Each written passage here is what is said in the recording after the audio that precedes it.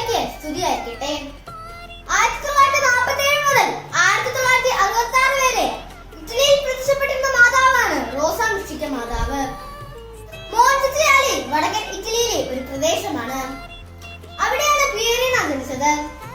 അവിടെയുള്ള ഒരു ആശുപത്രിയിൽ നഴ്സായി അവൾ സേവനം ചെയ്തു.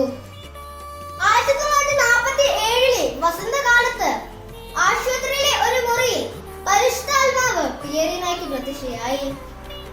വയലറ്റ് വസ്ത്രം ധരിച്ച മാതാവിന്റെ ശിരോവസ്ത്രത്തിന് വെള്ള നിറമായിരുന്നു. മാതാവ് ദുഃഖിതയായി കാണപ്പെട്ടു. 3 വാളുകൾ അമ്മയുടെ നെഞ്ചു പിളർന്നു. പ്രാർത്ഥിക്കുക, പ്രായശ്ചിത്തം ചെയ്യുക, പരിഹാരം ചെയ്യുക എന്ന് മാതാവ് ആഹ്വാനം ചെയ്തു. 1947 ജൂൺ 13 രണ്ടാമത്തെ പ്രത്യക്ഷീകരണം നടന്നു. അതൊരു ഞായറാഴ്ചയായിരുന്നു. ഇത്തവണ 3 വാളുകൾക്ക് പകരം നെഞ്ചിൽ 3 റോസാപ്പൂക്കളുമായാണ് അമ്മ പ്രത്യക്ഷപ്പെട്ടത്. വെള്ള, ചുമപ്പ്, സ്വർണം നിറമുള്ളത് എന്നിങ്ങനെ 3 റോസാപ്പൂക്കൾ. അങ്ങ് ആരാണെന്ന് പിയറീന ചോദിച്ചപ്പോൾ ഞാൻ നിന്റെയും യേശുവിന്റെയും നിങ്ങൾ ഓരോരുത്തരുടെയും മക്കളാണെന്നാണ്.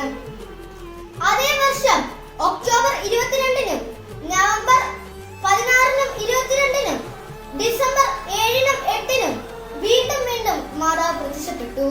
നന്ദി.